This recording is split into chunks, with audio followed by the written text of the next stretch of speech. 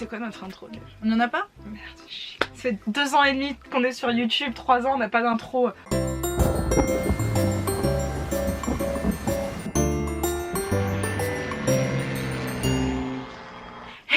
Bienvenue sur une nouvelle vidéo. Donc aujourd'hui on va vous raconter un petit peu comment tout s'est passé pour qu'on aille voir l'émission de MBC Music Core Show. Si vous voulez voir dans la continuité, c'était au vlog 4 que ça s'est passé et du coup on vous avait promis cette vidéo pour vous expliquer un peu plus. Donc on est arrivé, on a rencontré Youngjin pour la première fois, qui est adorable et qu'on a adoré, que vous allez retrouver dans des vlogs par l'ami d'un ami. C'est comme ça qu'il avait pu nous permettre d'assister à l'émission. Du coup on est parti avec lui direct, on n'a pas du tout fait la queue comme les gens qui attendaient pour rentrer dans l'émission.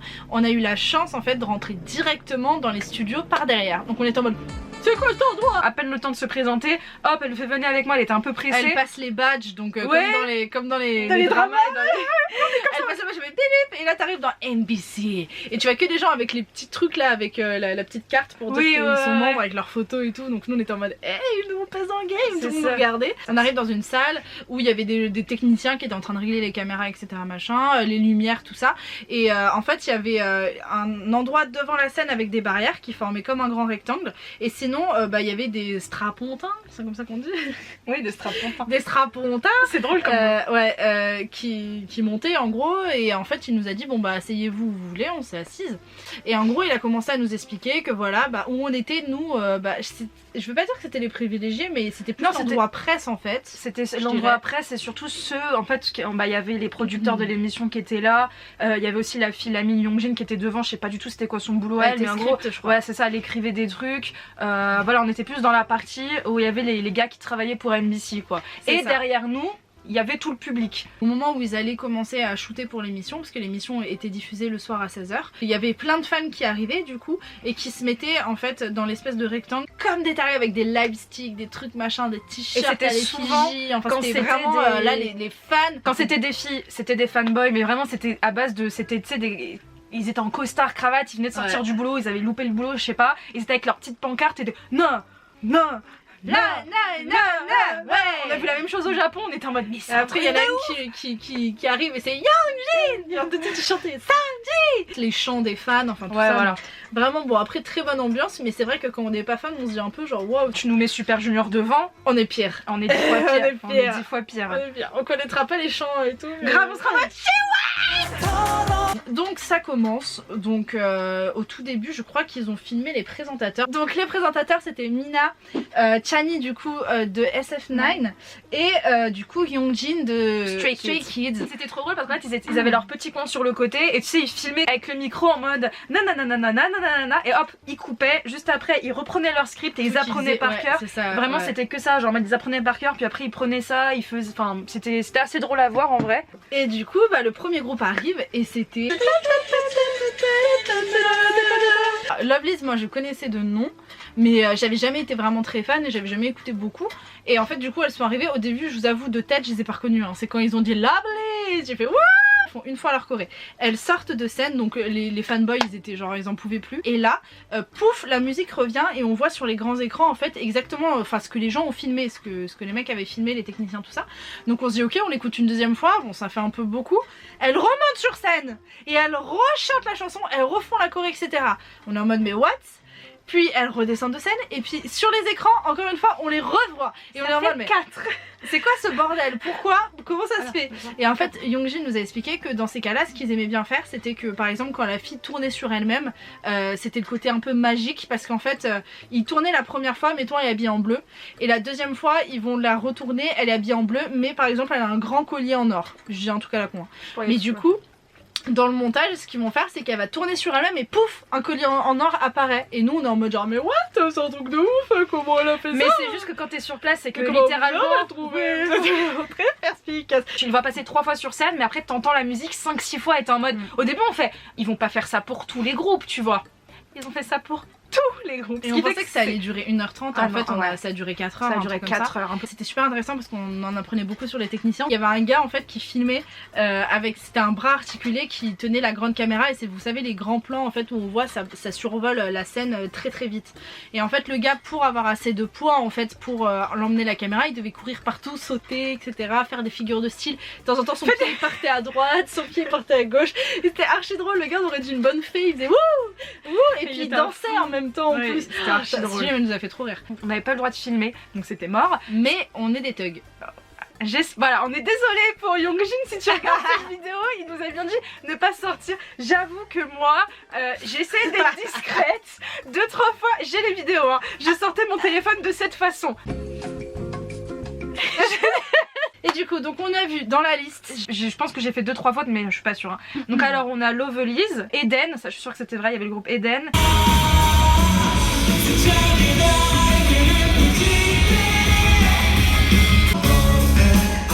Very Very, NC.A, 1Z9, The Boys, Exid. Et Exid, juste un truc qui est un groupe qui existe depuis longtemps, on a été choqués. Il y a une des filles de Exid qui était maigre. Ah oui. Mais autant toutes les filles, même Lovelyz, tout ça, elles étaient maigres, mais il y avait ce côté où encore il y avait un petit peu de chair minimum quand même. Mais elle, c'était vraiment très très choquant. Elle, c'était vraiment un squelette sur scène et c'était horrible parce que en fait je me disais mais genre quel effort elle doit donner en fait pour suivre la chorégraphie qui était super lourde. Et surtout oui, on n'avait pas dit, mais tout le délire de chorégraphie, le truc qui était impressionnant, c'était de voir, tu vois, genre ils faisaient les chorégraphies 3 fois d'affilée et il n'y avait pas un truc qui changeait vraiment, ils étaient tout le temps dans le même.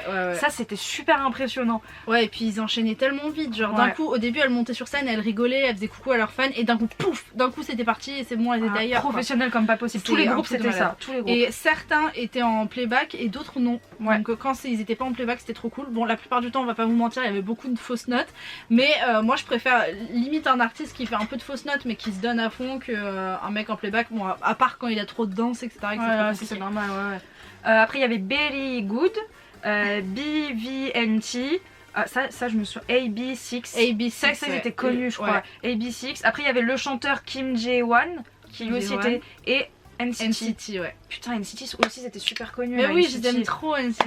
Il y avait NCT. En début d'après-midi, ils tournent les stock shots en gros, ils mettent ça de côté et du coup s'il y a un problème pendant le live ou s'ils ont besoin de plans en plus pour le live, ils les greffent ensuite au tournage du live. Donc ça veut dire que toutes les chansons qu'on avait écoutées au moins 5 fois avant, des dizaines de groupes qu'on a écoutés, ils sont repassés tous un à un pour le direct. Donc ça c'était un truc à savoir. Pour le direct c'est pareil, du coup au début ils commençaient à danser en live et ensuite ils mettaient l'enregistrement de ce qu'ils avaient dansé avant. Donc ce qui se passait dans ces cas là c'était que les groupes en plein milieu de leur chanson ils arrêtaient de danser alors qu'il y a la musique qui continuait tout ça, ils descendaient de scène tout de suite. Et tout de suite en général soit si c'était des groupes demandés ils prenaient la voiture et ils allaient sur une autre émission, soit c'était juste des groupes qui attendaient juste la fin pour savoir qui allait gagner, etc.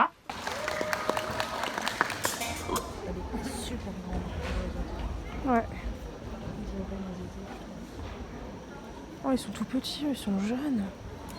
Putain, ils sont jeunes.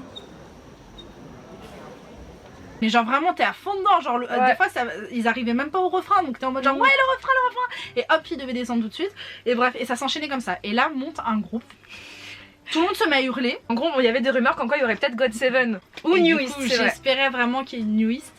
Et parce qu'ils venaient de faire leur comeback et forcément bah ils font leur promotion donc ils vont souvent dans ces émissions. Et à la fin il y avait GOT7. Alors anecdote, attendez parce que je vais quand même parler GOT7. C'est que j'étais extrêmement fan de GOT7. La meilleure chanson de tous les temps de ce groupe pour moi c'est Just Right, même s'il y en a d'autres qui sont archi ouf. Et j'étais folle amoureuse de cette chanson et tous les membres je les surkiffe, même si j'avoue que physiquement Jackson c'est... Voilà quoi. Ça fait du bien de le voir sur les pubs partout là dans Paris, on en parlait tout à l'heure, on arrive en place, on va... Juste un truc qu'il faut savoir c'est qu'ils les annoncent pas à l'avance. Non, on sait pas qui va monter sur scène, ça arrive d'un coup. Au début je crois que je te dis hey, c'est GOT7 et je rigole. Pour rigoler. Et là avant elle calcule pas le truc tu vois, et là ils ont commencé 10 secondes de scène tu vois, et là moi il y a un truc qui tilt, je fais mais là par contre c'est GOT7, genre vraiment je rigole pas, c'est eux. Et là c'est Céline qui enfin remarque, mais elle était tellement choquée et voilà, elle était vraiment comme ça, elle bougeait pas, et moi j'étais comme ça en mode nana.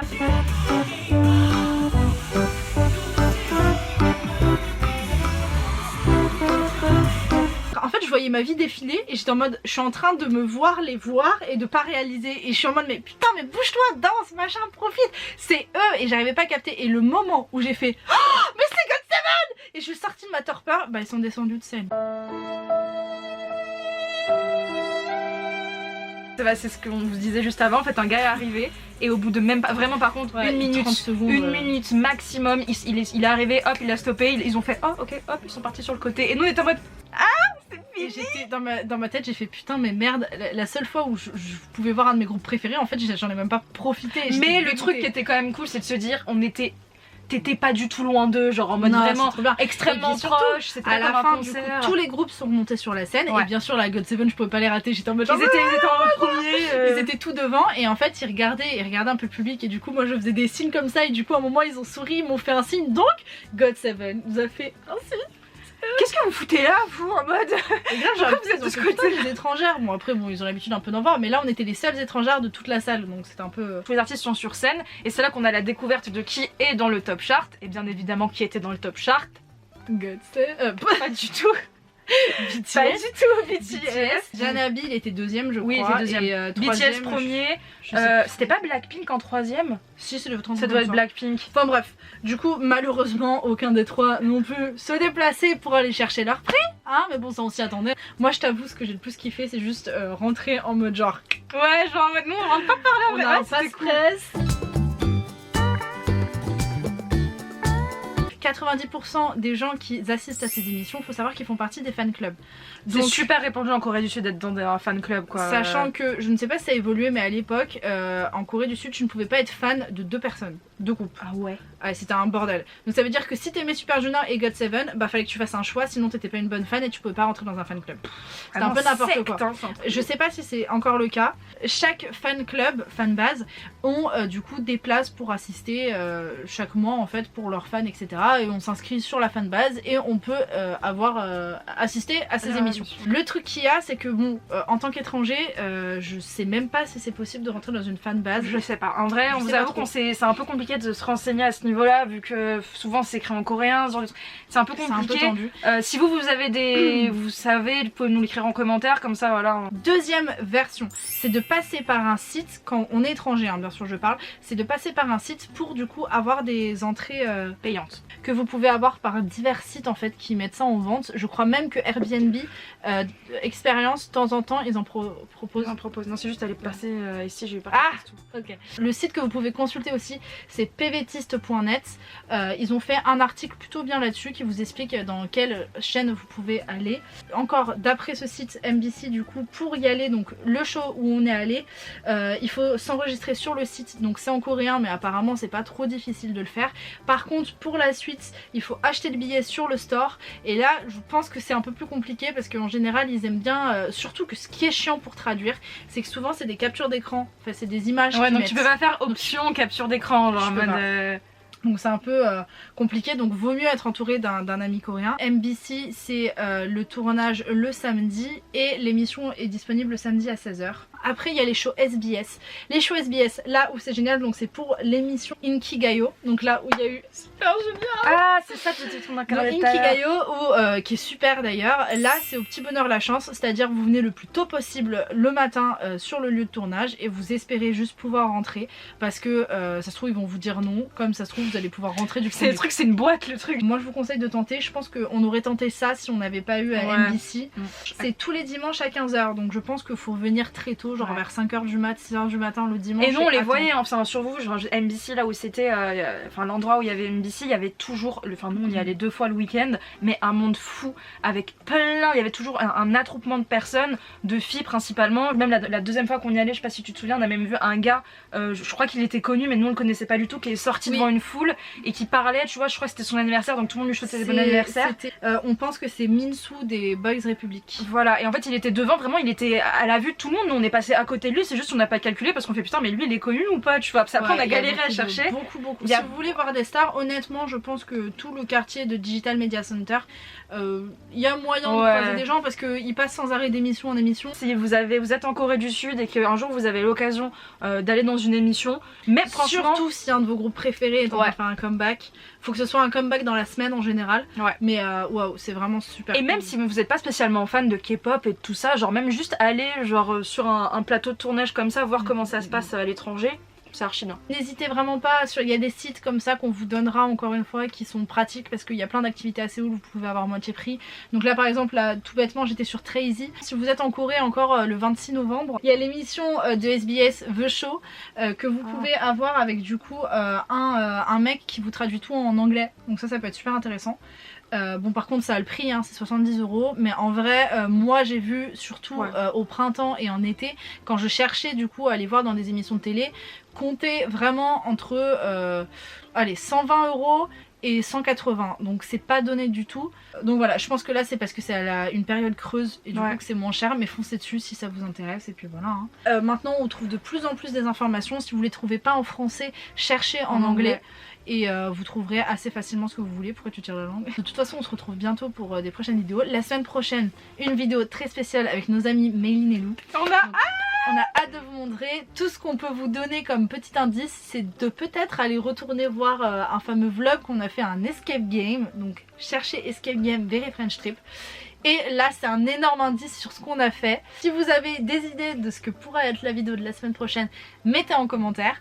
N'oubliez pas de mettre un petit pouce bleu parce que ça on le demande jamais, mais je pense que c'est important. S'il vous plaît. Partagez si ça vous intéresse. J'espère que tout est clair et si vous avez encore des questions, posez-les en commentaire ou venez nous retrouver sur Instagram. Donc Inès-VFT ou 16 avec 2 E à la fin _VFT. Et en attendant on vous retrouve pour une prochaine vidéo. On a oublié de rajouter que on est partenaire d'un événement qui se prénomme la Coréenne et qui aura lieu le samedi 16 novembre à la mairie du 15e de 19 h à 1 h du matin. Et avec 16, Carla et moi, nous serons les animatrices. Voilà, on va essayer de mettre de l'ambiance, donc on compte sur vous pour venir, pour en mettre aussi. On n'a pas encore exactement les personnes qui vont être invitées, ça va venir au fur et à mesure des jours, donc n'hésitez pas à suivre la page Instagram de la Coréenne, donc il y aura tout en barre d'infos quoi qu'il arrive. Et surtout, donc si vous êtes intéressé, on va aussi mettre le lien WizEvent qui sera dans la barre d'infos. Tout sera à payer sur place, mais vous pouvez prendre vos places en pré-vente. Et si vous les prenez en pré-vente, donc sur le site WizEvent, vous payerez votre place d'entrée que à 5 €. Faut imprimer juste sa fiche et puis aller sur place le jour même pour récupérer sa place en payant les 5 €. Tandis que si vous arrivez en mode dans les poches sans avoir fait les préventes, vous aurez à payer 8 €. Voilà. Et on espère que vous viendrez nombreux, nous on a vraiment hâte, on sera avec... on vous prépare vraiment de très belles choses. On pense que ça va être vraiment la soirée à ne pas rater, donc ça va être vraiment super. Il y aura de la bonne ambiance, il y aura de la bonne musique, il y aura des beaux invités et il y aura plein de choses à faire et de délicieuses choses à manger. On a hâte de vous y retrouver et on espère que ça vous plaira. Et merci à Musicag de nous avoir invités en tant que partenaire. Et voilà, donc on va mettre tous les réseaux sociaux en barre d'infos pour que voilà, vous soyez un maximum au courant. Voilà. Ça croque top quand ça arrive. Oh non, fais chier, ça croque top. Après, ça et donc c'était super intéressant. Non, chut. Oh non. 10 février. C'est une bourse. Il est en train de mourir lui. C'est qui? C'est ton voisin. Ah c'est ton voisin. Salut à tous et bienvenue sur la chaîne de Very French Trip. Attends, t'as fait un... hyper bien. Qu'est-ce que tu... Quel est le fond de ta pensée?